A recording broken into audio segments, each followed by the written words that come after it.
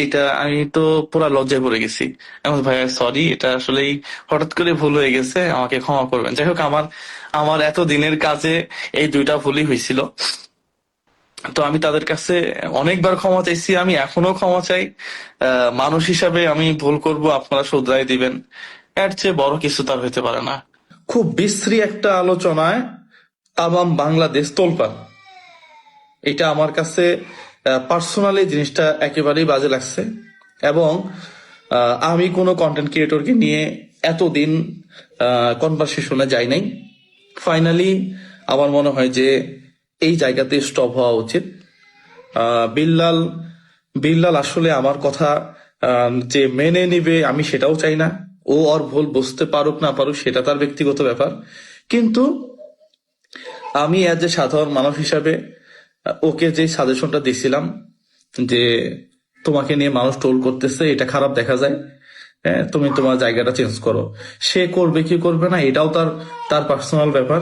আমি এই ভিডিওর মাধ্যমে আবারও সবাইকে আহ্বান করতেছি, এই বিশ্রী আলোচনা থেকে আমরা প্রত্যেকেই বের হয়ে আসব। প্রিয় বন্ধুরা, আজকে আমার কাছে আজকে 50 জনের মতো কন্টেন্ট ক্রিয়েটর এসে আমাকে বলতেছিল যে ভাইয়া, ছোট বড় যারা, ভাইয়া একটা ইন্টারভিউ নেই, বিল্লালের বিষয়ে কিছু বলেন, হ্যাঁ আপনাকে এরকম করতেছে, এই করতেছে, সেই করতেছে। আমি বললাম যে না, আমি আর এই বিষয়ে কথা বলবো না।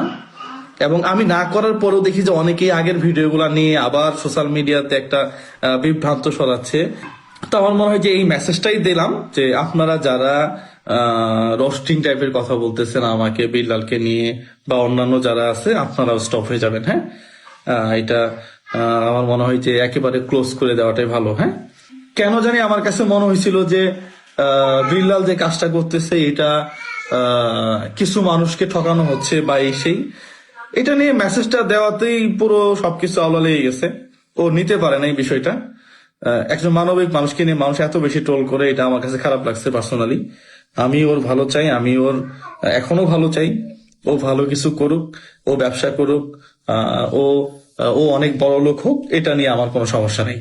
তো যাই হোক, থাকবেন আমার কোনো আচরণে, আমার কোনো কথায় আহ, যদি বিল্লালের কোনো ভক্ত কষ্ট পেয়ে থাকেন, আমি আমি বলতেছি আপনি আমাকে ক্ষমা সুন্দর দৃষ্টিতে দেখবেন।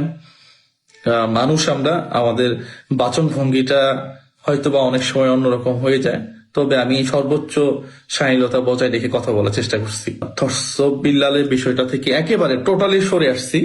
হ্যাঁ, আমি জাস্ট আজকে লাইভে আসার উদ্দেশ্য হচ্ছে, অনেকেই আগের ভিডিওগুলো নিয়ে ট্রোল করতেছেন, আপনারা চুপ হয়ে যান। হ্যাঁ, সমাজে একটা নোংরা মেসেজ ছড়াচ্ছে, কেউ গালাগালি করতেছে, এগুলা মিডিয়াতে উঠে উঠে আসতেছে, এটা আমরা চাই না। হ্যাঁ, যার যার ব্যক্তিগত ব্যাপার নিয়ে সে থাকুক।